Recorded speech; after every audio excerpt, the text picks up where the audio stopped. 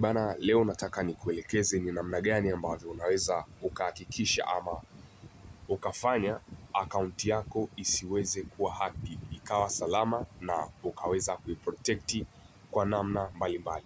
Jambo la kwanza kabisa ambalo unapaswa kuifanya, you have to use strong and unique password.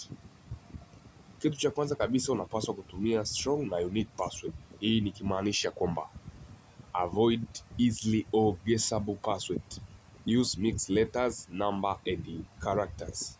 Unapokuwa unaandika au unatengeneza password yako, hakikisha kwamba umetumia letters, umetumia zile special characters kama comma, at na uppercase letter na lowercase letter. Lakini pia jambo lingine, never use password across multiple account. Yani password ile ambayo unaitumia katika account fulani, let's say ni account labda ya Instagram, isiwe pia ndo password unayotumia katika Facebook, katika TikTok ama katika email yako. Tumia password moja katika account moja na iwe iko unique na strong. Jambo la pili ni kuhusiana na enable two-factor authentication. Hapa unapaswa ku add extra layer ya security beyond password yako. Lakini pia jambo la tatu ni kwamba keep software update. Yani hakikisha unapotumia kifaa chako, kama ni simu, kama ni laptop, kama ni nini, yani any device ambao unaitumia kwa access internet katika akaunti zako, basi hakikisha kwamba una update software, kimaanisha operating system zake, browser, apps na antivirus software. Jambo la 4, avoid phishing attempt.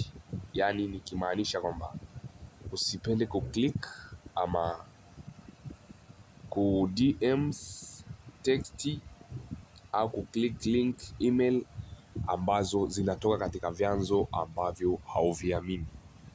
Hii pia itakusaidia katika kuhakikisha kwamba akaunti yako inakuwa salama. Jambo jingine ni kwamba use security tools. Hapa nikimaanisha kwamba unapaswa kuinstall reputable and anti-malware software. Consider using password manager.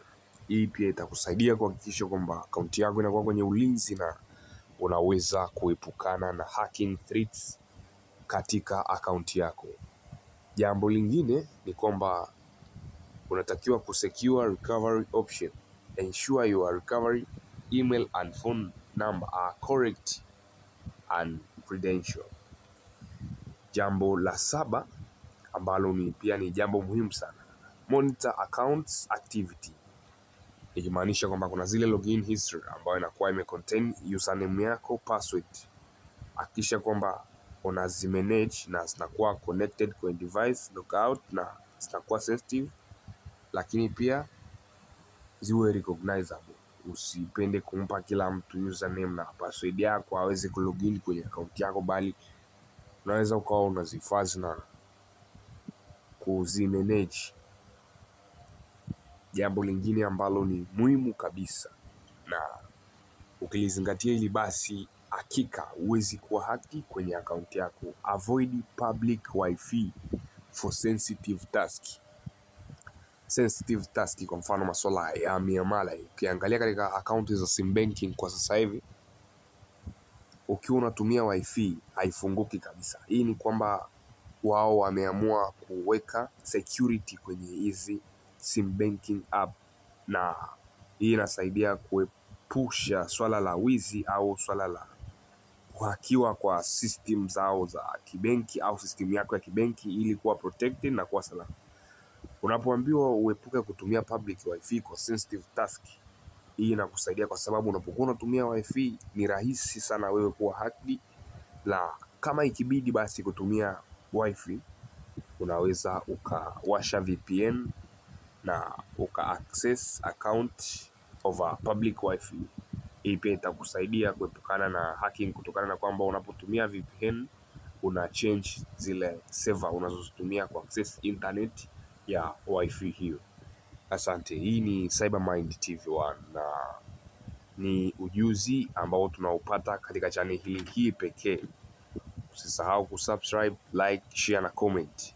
Utakuwa umetisha kinoma noma. Asante.